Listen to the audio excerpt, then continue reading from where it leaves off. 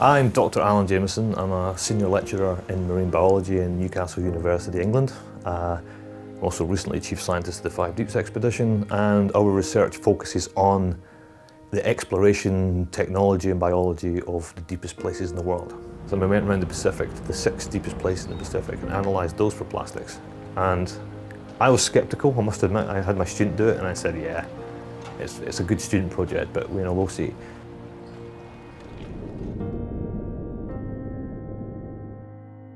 Finding a new species that we didn't know was there before and finding plastic in it just shows how widespread this is as a pollutant. We found one microfiber in a specimen from 6,900 meters, and that microfiber was 80% similar to PET. PET is used to make water bottles.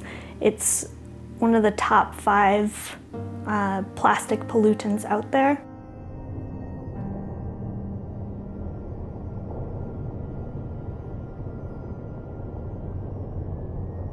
To give it a name, we would normally look at something which is quite characteristic of that species. Because once that species is named and it's now deposited in a museum, it is now part of the human catalogue of species. It's there forevermore.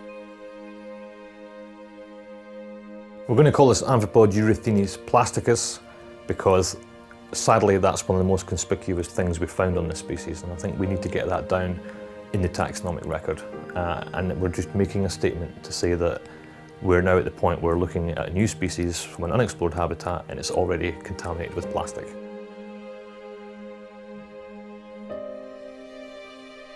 The issue is lots of these other contaminants in the sea which are called persistent organic pollutants, or POPs, and they're hydrophobic, which means they don't like water. So they end up in the sea, but they want to bind to anything else which is in the sea.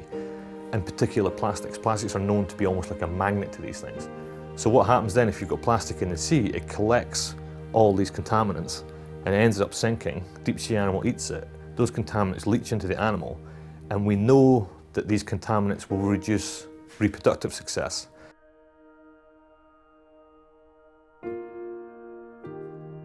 Everything at the bottom of the sea is relying on food or organic matter coming down from the surface.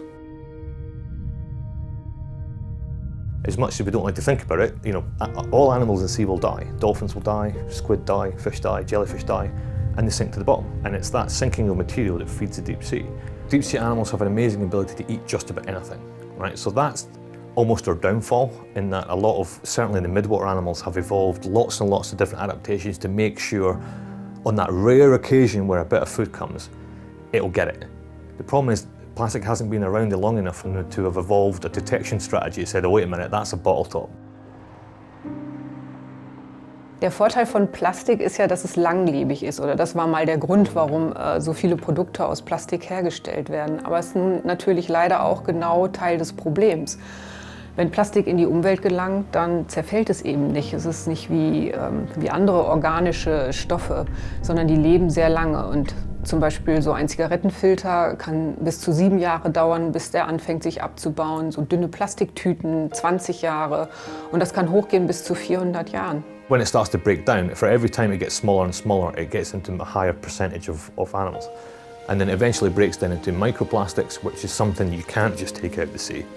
Once it gets to deep sea, there's nowhere else for it to go, so it's only ever going to accumulate. Over the years, more and more plastic has generally started to turn up, and we've never really looked into that too much until about 3 or 4 years ago, and lo and behold, we found that the bottom of the Mariana Trench was 15 times greater contaminated than some of the rivers in China.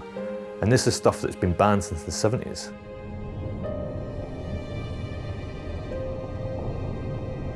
Die Plastikflut macht ja nicht Halt an Grenzen, sondern die Vermüllung der Meere oder der Eintrag von Plastik in die Umwelt ist tatsächlich ein globales Problem. Und deshalb brauchen wir auch globale Lösungen für das Problem. What I think the new name does is really speak that plastic pollution is everywhere. And it also gives it a real name to people that they can connect, like the actions that I'm doing on land can impact this animal that's living 6,000 meters below sea level. Darum hat der WWF zu einer Unterschriftenaktion eingeladen, dass die Menschen sich mit uns zusammen dafür einsetzen können, dass wir auf Ebene der Vereinten Nationen ein neues Abkommen bekommen, dass eben kein Plastik mehr in den Meeren landet. Und wir hoffen damit einfach nochmal ein starkes Signal an die Politik zu senden, sich wirklich zu kümmern, und zwar global zu kümmern, dieses Problem abzuschaffen. Und das nicht in 10 Jahren, sondern jetzt.